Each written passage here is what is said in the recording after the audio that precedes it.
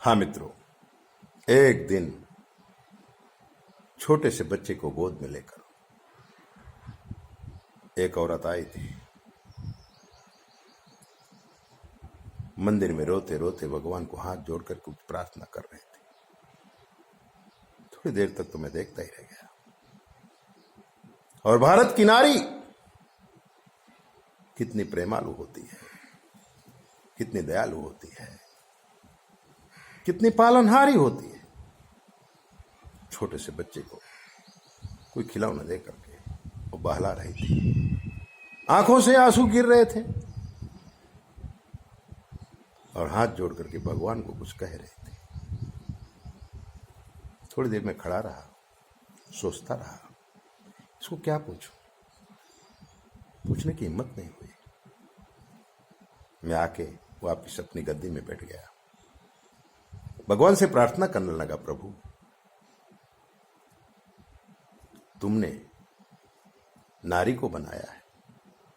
नारी विश्व की रचना करने वाली, विश्व का पालन करने वाली, विश्व का पोषण करने वाली है, और उसकी आंख में आंसू। क्या बात है, क्या विडंबना है। ये मैं सोच ही रहा था कि वो औरत गोदी में बच्चे को लेकर धीरे धीरे मेरे पास आने लगी। पैर डगमगा रहे थे, मन में कुछ सोच रही थी, काया उसका साथ नहीं दे रही थी। फिर भी वो धीरे धीरे मेरे पास आ ही गई। मैंने उसको कहा बैठो। सामने की कुर्सी में मैंने उसको बिठा दिया। उसने बच्चे को नीचे बिठा दिया।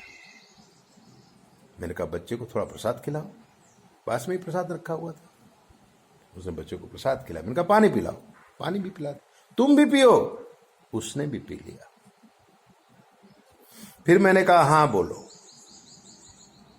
यहां पर आने का कारण क्या है और तुम इतनी दुखी क्यों है। उसने कहा गुरुजी,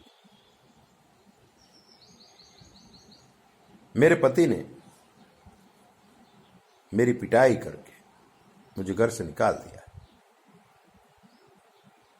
पास में मेरे माँ बाप रहते, उनके घर में मैं आज 3 महीने से रह रही हूं।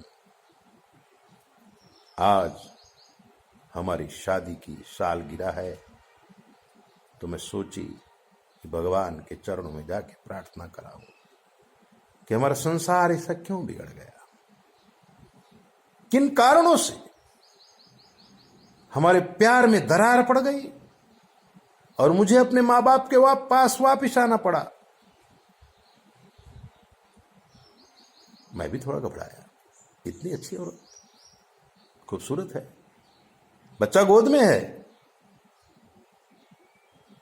शादी हुई होगी तो सारे व्यवहार किए गए होंगे, तो फिर इस औरत को इस प्रकार से उसके पति ने क्यों निकाला। मैंने पूछा बेटा तुम्हारी कुंडली है।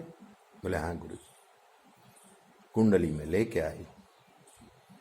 मैंने सुना था किसी के मुंह से कि आप ज्योतिष अच्छा जानते हैं और कितने लोगों का आप ज्योतिष देख करके उनका उद्धार कर चुके हैं, उनका सम्मान कर चुके हैं, सम्मान वापस दिला चुके हैं। आपका नाम सुन के ही मैं आपके मंदिर में आई। उसने प्लास्टिक की थैली में से अपनी पत्रिका निकाली और मुझे दिखाया। देखते मैंने उससे पूछा कि बेटा कुंडली शादी के टाइम पे मिलाए थे। बोले हाँ गुरुजी मिलाए थे। 26 गुण मिलते थे, तभी तो हमने शादी किया है। और हमारे माँ बाप बड़े धार्मिक हैं, वो जो कुछ भी करते हैं वो हमारे जो गुरुजी हैं संत महात्मा, उनसे पूछ के करते हैं। लेकिन मेरे जीवन में ये दुख कहां से आ गया, ये मुझे पता नहीं चल रहा है। आप मेरा मार्गदर्शन करो। तब मैं उसकी कुंडली देखने लगा। वृश्चिक लग्न की कुंडली थी। मस्तक में राहु बैठा हुआ था,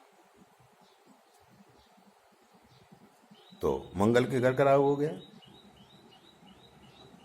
धन भुवन में गुरु स्वग्रही होकर बैठा था।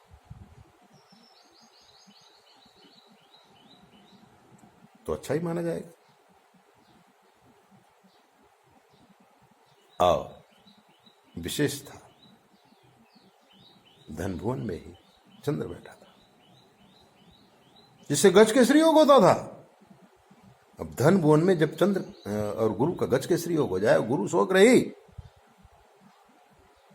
तो कितना धन आएगा। लेकिन मित्रों, सुख भुवन में शनि चंद्र का, शनि मंगल का अंगारक दोष था। अंगारक दोष होने से उसके सुख कट जाते थे। पति भुवन का मालिक भाग्य भुवन में गया था। शादी के बाद भाग्योदय होना चाहिए, लेकिन कर्म भुवन में चांडाल दोष बनता था। और उसके ऊपर बुध और सूर्य की युति काफी तकलीफ देह थी। शुक्र भी दूषित था। मैंने कहा, तुम्हारे जीवन में कोई तकलीफ नहीं है, लेकिन जब जब तुम्हें सुख मिलता है, तब तब वो सुख जैसे दूध में दही पड़ते ही दूध फट जाता है, ऐसे ही तुम्हारे जीवन के अंदर जो भी सुख आते हैं वो फट जाते हैं।